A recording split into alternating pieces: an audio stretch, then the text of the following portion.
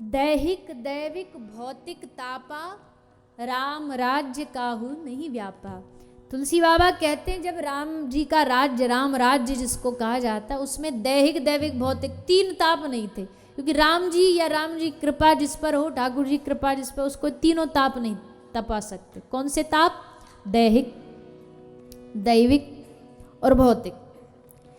दैहिक तो बड़ा साधारण सा है भैया, रोग हो गए शरीर में, रोग होना ये स्वाभाविक है, सबको कुछ ना कुछ छोटा बड़ा चलता ही रहता है,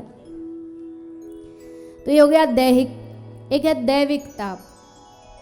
दैविक ताप मतलब नेचुरल डिजास्टर, अच्छे भले बैठे थे, भूकंप आ गया, ठंड बहुत हो गई, गर्मी बहुत हो गई, वर्षा बहुत हो गई। और भौतिक ताप, भौतिक संसार में बहुत दुख है, फाइनेंशियल दुख,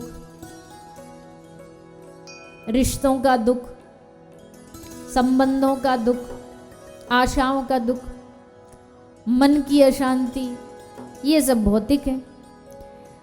तो ये सब तापों को भगवान खत्म कर देते हैं? बोले नहीं, खत्म नहीं करते, पर जो भगवान के नजदीक रहता है ना, भगवान उसको इन तीनों तापों का असर नहीं होने देते उस पर। तो दैहिक दैविक भौतिक तापा, ये जो तीनों ताप हैं ये खत्म तो नहीं होने वाले, पर तुम अपने सामने भगवान की भक्ति का सेफ गार्ड लगा लो।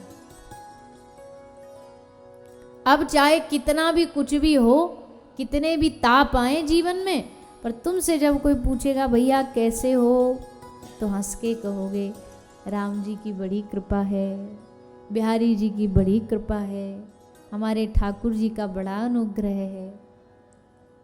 ये है भगवान का स्वभाव। जो उनके नजदीक जाता ना, भगवान उसको दुख में तपने नहीं देते, उसको अपना स्वरूप दे देते हैं। और भगवान कौन? भगवान आनंद स्वरूप है, तो वो जो उनके नजदीक जाता उसको भी आनंद स्वरूप बना देते।